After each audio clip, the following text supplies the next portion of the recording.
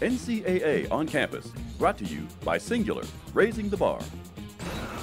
Welcome back to NCAA on Campus. I am in Raleigh, North Carolina, on the campus of North Carolina State University. And you know, there must be something in the air around here that gives people extraordinary courage, like the story of the late, great Jim Valvano. It's legendary. A special man and a special coach who led NC State University to the 1983 NCAA basketball championship.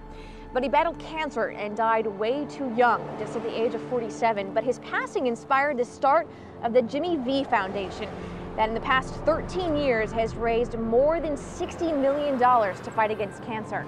Women's basketball coach Kay Yao is another inspiration. She's been here at NC State for 32 seasons, winning 696 games, 5 ACC titles, an Olympic gold medal in 1988, and she has led her team to 19 NCAA tournament appearances. But Coach Yao is now fighting for her life, battling breast cancer for a second time, and she's currently on a leave of absence.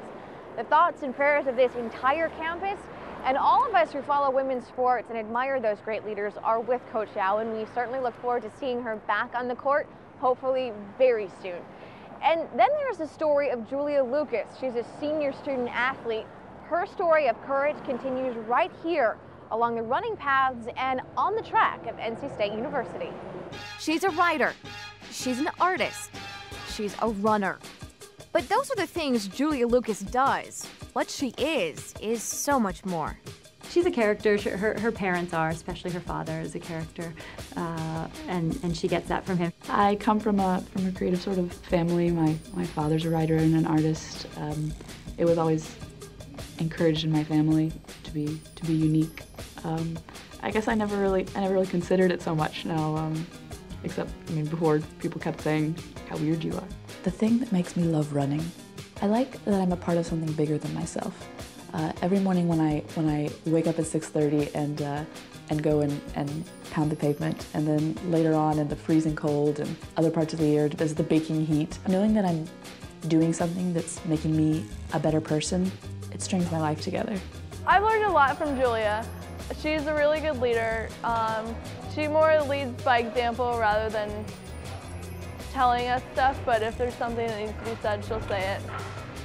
We're always roommates on trips, so she gives me lots of advice and tips, and she's just really fun to be around.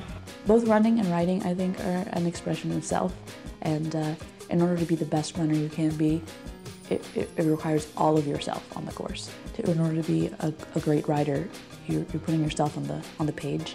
Julia was busy living her life as a character, running and writing and painting. Riding a bike because she never bothered to get her driver's license. Finishing 56th in the 2004 NCAA cross-country championships. Then, in August of 2005, just 17 months ago, as Julia sat on the porch of a friend's house, she noticed flames shooting from a house across the street. And when someone yelled, "There's a child inside," Julia Lucas, the character, the runner, ran into a burning home to save that child. My first reaction was, what the heck were you thinking running into a burning building? I think that most people in the position that I was would have done the same thing.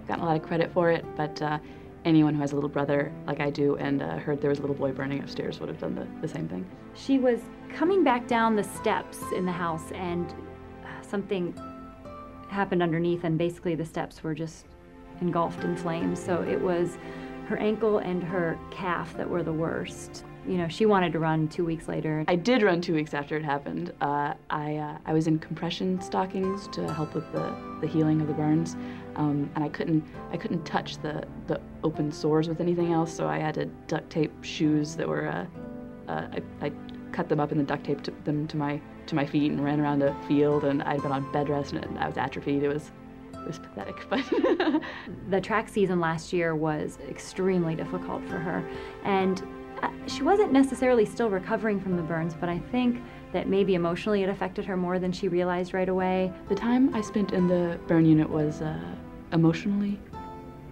taxing, I suppose you'd say. I'd be exhausted at the end of each day because I was surrounded by people whose faces had been burnt off, who were missing 80% of their skin, who were suffering in ways that I couldn't fathom. But I had my coaches and my team to lean on, and I don't know what I would have done without them.